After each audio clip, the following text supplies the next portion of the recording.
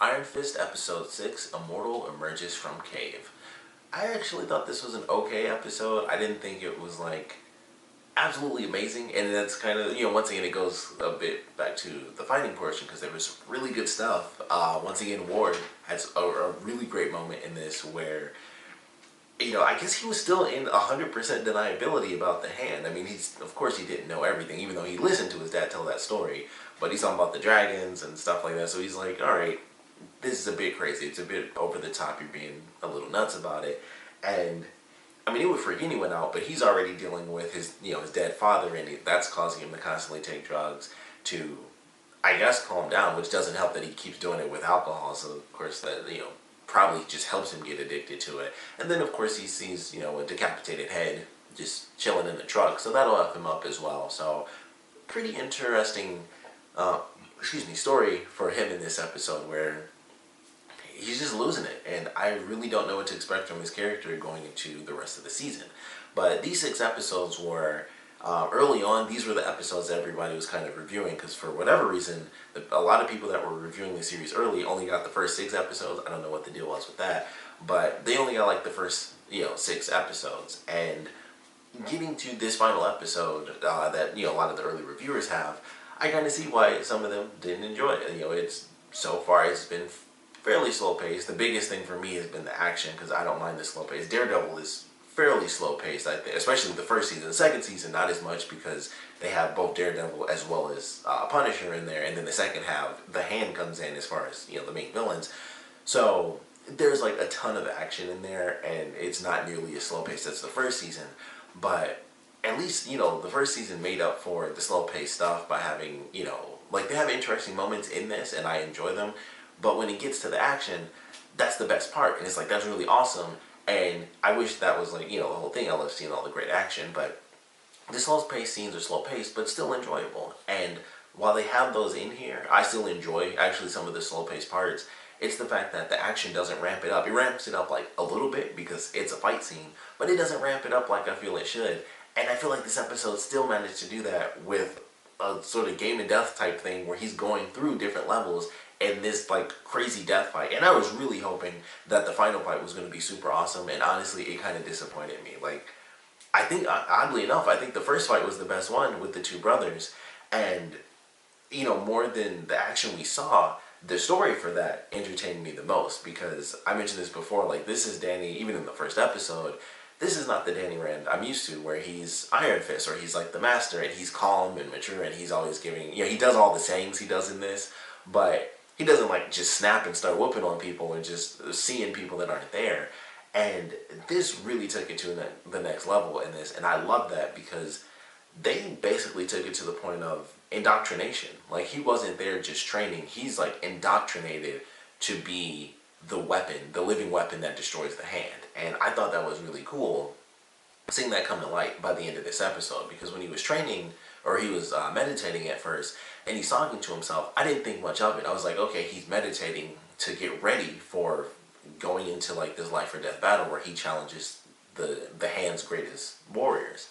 And I was like, all right, that makes sense that he'd be talking to himself. He's just, he's so focused, he's just speaking out loud, and he's trying to meditate.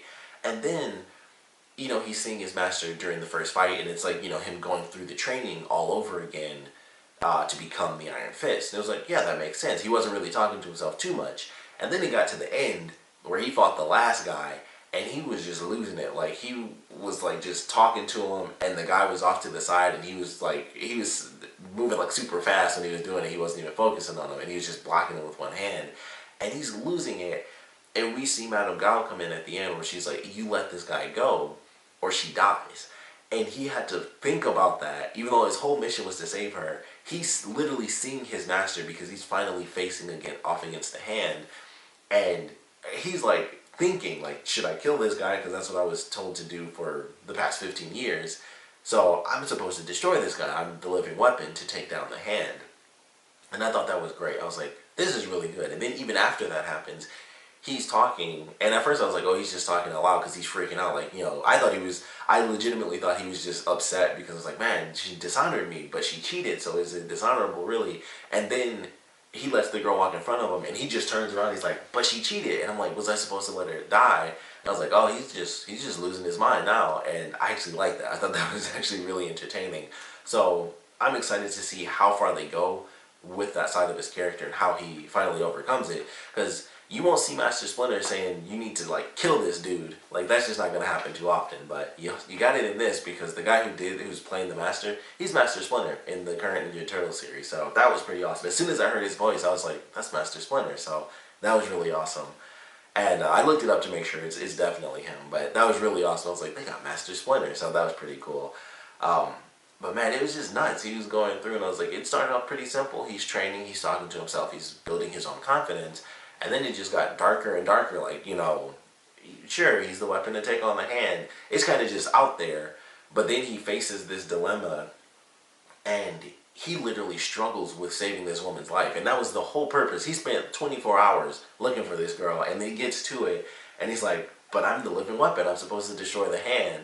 And he had to fight what was definitely indoctrination to actually save this girl's life, which I thought was really cool. And then we get a really great moment where Madame Gao mentions Danny's father. He's like, he didn't have much honor. And she also mentions that she met another Iron Fist. She had been to Kunlun.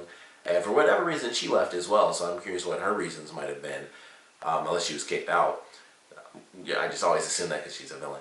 But, she met another Iron Fist before she'd been to Kunlun, and she knew Danny's father. And so he's like, tell me about my father. And I love the fact that she was just like, and she kind of just like brushed him off and sent him flying. I didn't know she had like straight up magical powers. I thought she, like, kind of like Danny, like when they showed her in Daredevil, I thought she physically hit him and just knocked him down really far. She didn't even touch Danny. She was just like, and like she has telekinesis. That's all that is. That was just straight up telekinesis. So I was like, okay, she just has legitimate powers. I mean, you can of course easily say it's magic. But I was like, wow, that's not what I thought. I thought she had to physically touch them and then kind of use her chi to make it a more powerful attack. So I was very surprised that she doesn't have to come in contact with people to move them. So she just, get out of my face, boy, and then she keeps walking.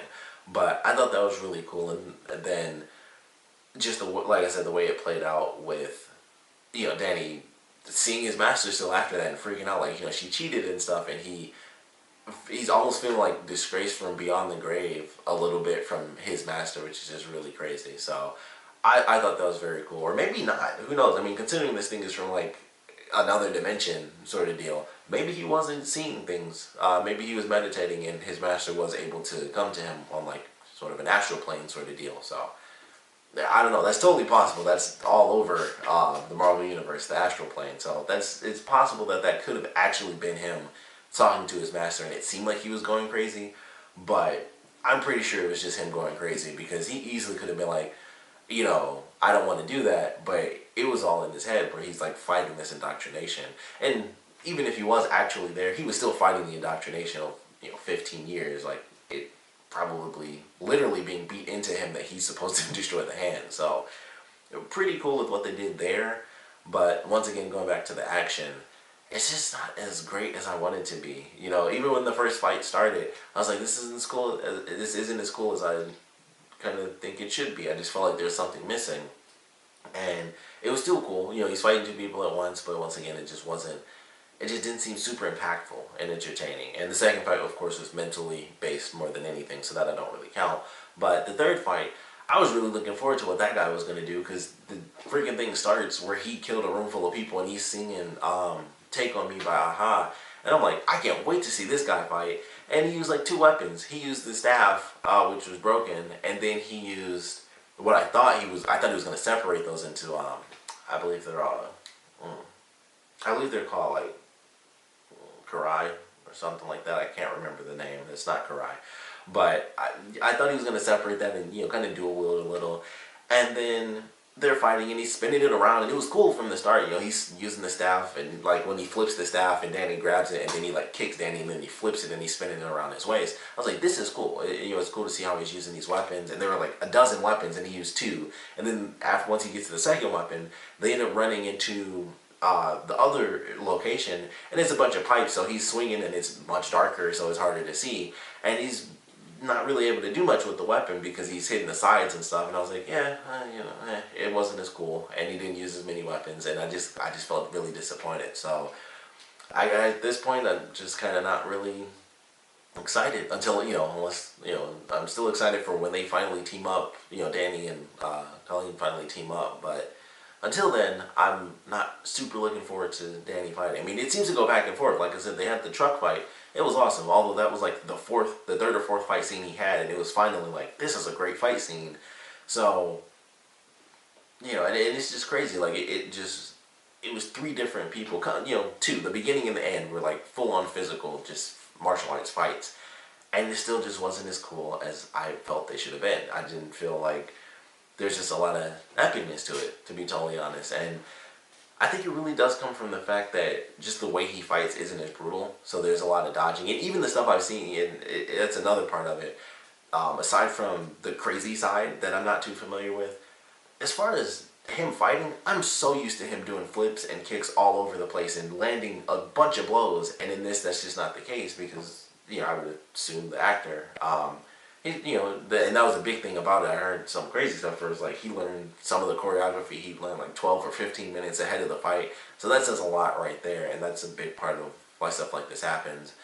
And it's just sad. It's just sad to see that with this character that, and I keep saying it, he is the martial arts character. It's way more than with Daredevil where he knows martial arts. This is the martial arts character, and we're just not getting it. So I don't know what the case is going to be in the future, even just in this season with these other episodes. So I'm hoping that it still picks up. For now, I still say the scene in the truck was the best fight because it at least lasted. It was one guy. I did watch the first couple of minutes of episode 7, and I think they had a fairly decent fight there. It's kind of in a sense, sort of the same deal where it's like, he has just an actual tough enemy to face, which is the craziest thing. If you've seen episode 7 already, the beginning of the episode, I feel like that lasted longer than it should have compared to the other people he's fighting. Like, especially by the end of this episode, he fights 2 freaking people, and that's that weird thing of the back and forth where he can magically take out like 2 people, and of course he had to focus in order to do that. But with other characters, like the hallway fight scene, he didn't have to do anything. He did his pose, and then he flew through them like it was nothing, and he was in the elevator. And then there are other scenes where he'll fight like one person. It's like, this fight is super cool, but it just makes it less, it takes some of the logic out where he finally gets to one person that's insanely tough, but it's like, they don't even know martial arts, they're just fighting. You'll have people who are doing flips and kicks, and he seems to take them down with ease, and then he'll get to just a big person, and it's like, that's not necessarily how that works. Just because they're bigger, it doesn't exactly do that. He knows martial arts. Like, all he keeps doing is like breaking bones. He'd still take out a big person if they're by themselves. So you get a good fight where he's fighting one person, and then a weird, crappy, meh sort of fight where he fights multiple people. And then you look back on the fight where he fought one person, it's like, well, now that doesn't even make sense. So, the good fights are made weird by the bad fights where he fights multiple people and he succeeds in 2 seconds. So it's just weird the way it's going. It's very unfortunate with the action, but as far as the characters go, I love what they're doing. Ward was absolutely amazing in this episode. He was definitely my favorite part about the whole thing, which is really sad because this was supposed to be like the Game of Death episode where he's going up the ladder with the villains, and I was expecting something super awesome, and it was more story stuff that I enjoyed as far as memorable stuff from the episode. All the story elements were more memorable than the action stuff, so that's very bad for this series. But the story stuff is still really good, and I think that's the craziest thing. Like, that's why I'm so disappointed. Of course, the action isn't as great, but I really love the stuff they're doing with the story, as far as Ward and like the crazy version of Danny, introducing the actual fact that he's like indoctrinated. I think that's phenomenal. I thought that was a great storytelling device. But it's just crazy. You go through these moments where it's kind of it's normal and not a ton of stuff is happening, and then you get to a lackluster action sequence, and it's kind of just back and forth, like I said, where it's better to just have one epic scene and then everything else just be kind of okay than have like 2 cool scenes and then everything else is below average. So I feel like that's just where most of the episodes are, where it's like, it's a good episode, and then you keep going, you expect it to just get better and better, and I feel like it's not. It's just very back and forth. It's like some episodes are great, some episodes I don't like so much. This one I really should have enjoyed because of the ending. It was so action-based, but all I look at is the action, and I'm like, it's just, all I was waiting for was super cool martial arts, better than even Daredevil, and it's definitely not. So, like, that's definitely going to be a big part of it for me because I was looking forward to all the action. I do, personally speaking, I actually do like the story. I know some people really don't like the story and don't like the action, so they don't like it in general. I actually think the story's better in this than the fighting is, so that's kind of what I look forward to the most, getting some more answers. I still look forward to some of the fight scenes because I do think when we finally get the team up of our two, actual fighting heroes, I think it'll actually get good. I, of course, still have to hope because that's what I've been hoping this whole season since I've been all these episodes. I keep hoping that the next fight is going to be cool, and I'm just like, oh, that should have been the one, or that was surprisingly good. And then this other one where it's like a bunch of people for him to beat up. It's like that was like half as good as where he fought one person for like half the time. It's crazy. But I still did enjoy this episode for the story elements that it gave and some of the stuff they revealed, like the Madame Gao stuff. All the story elements during the fight was really good. I loved all of that stuff. Like I said, the stuff with Ward, I just don't know where it's headed, but he's like the best thing to watch in this as far as story goes because everything else is kind of normal. It's like, Danny's doing his thing to help this guy. We get to see Claire and Colleen actually take the guy to the hospital towards the end of the episode, and he's unfortunately taken. They don't end up finding him because there's a decoy, and Colleen, like Colleen beat up that one guy in this episode like Danny beat up pretty much everybody else throughout, the rest of the episodes I've seen. And she took that guy down, and she was just breaking his arm like crazy. I was like, man, she didn't need to go that far on him. That was mean. But it was a good scene, and so we get Claire going back to the hospital. We see her boss. I think she showed up as much as Claire has because I'm pretty sure her boss was in Luke Cage. That may have been the only time where her boss didn't show up, but I'm pretty sure she was somewhere in Luke Cage. But she was definitely in Daredevil. She may not have been in Jessica Jones, now that I think about it. I think she was only in Daredevil season 1 and 2, but I feel like that woman showing up a bunch because she was in there really early on. Before we even meet Claire, we actually meet her boss because the old reporter from the first season of Daredevil, he meets her in like the second episode of the series or something like that. That was before Claire even showed up, right? Actually, that may have been when she showed up, so they started in the same episode. But it was funny seeing her again because I was like, man, I feel like she shows up in all the shows too. But love the story elements. Disappointed by the fighting once again, which is just very sad for this show. So it's just a big part of it for me because that's what I was looking forward to. And also what I'm used to, knowing the character, they just haven't done it. They just haven't shown a lot of really cool stuff. We don't really see him use his power. Even in this, we don't really see him do it except for like he punches the dude into the wall, and that's about it. And then he punches him, I guess, down, like kind of down onto the ground, but still not much, So it was cool to see him do that, and he didn't actually kill that guy because I mentioned before if he like used his powers all the time, he would kill people. Yeah, he didn't do that, but it was still cool to see him at least use it because we don't really see it. I think this is like the fourth time we've actually seen him, activate his powers. Like once per episode, basically, is how many times we've seen him use it.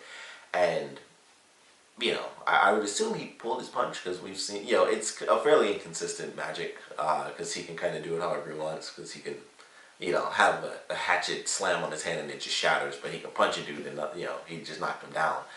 But we'll just go with he can control it. And I believe that is actually the case, is that he can control, how powerful the punch is. He just pulls the punch a little. But it didn't seem like it, and that guy totally survived. But still, it was nice to see that, the action was at least decent. It just wasn't, like, just watching them, like, this just isn't nearly as cool as when we saw it in Daredevil. And I'm just hoping that changes when we get to basically what was Daredevil Season 2, which was him fighting a bunch of ninjas. I'm like, if you can't match that and you got ninjas flipping and flying, I don't know what the deal is. Like, ninjas are the easiest thing to look cool. Like, they just look cool in general. So you just have them in there. Somebody does a flip, a shuriken ricochets, and somebody gets stabbed with a katana. It looks cool. You got ninjas and you got a good fight. So I'm hoping, as I have been, that it gets better as far as the action. I have enjoyed the story, but of course, would love to know what you guys thought about this episode, so please comment below and know your favorite parts and least favorite parts. And I actually want to know what you guys think will get revealed about Danny's father in the rest of the episodes, because I'm assuming at some point that might get revealed. Maybe they'll tease it and then reveal it in the Defenders, because there's some other stuff for pretty much all the characters that could go into the Defenders as far as, questions that we have and what's going to happen here and there. So they might be saving a lot of that stuff for answers in the Defenders, depending on how that all ends up playing out. But I'm curious what they're going to do. I think I know what they're going to do based off of what I know of the character and comic book origins and things like that. So I am excited to see if that's what they take from it, like the original origin story, or if they kind of switch some things up. But I want to know where you guys think it's headed, and of course, I want to know what you guys thought about this episode in general. So please comment below, let me know, and thanks for watching.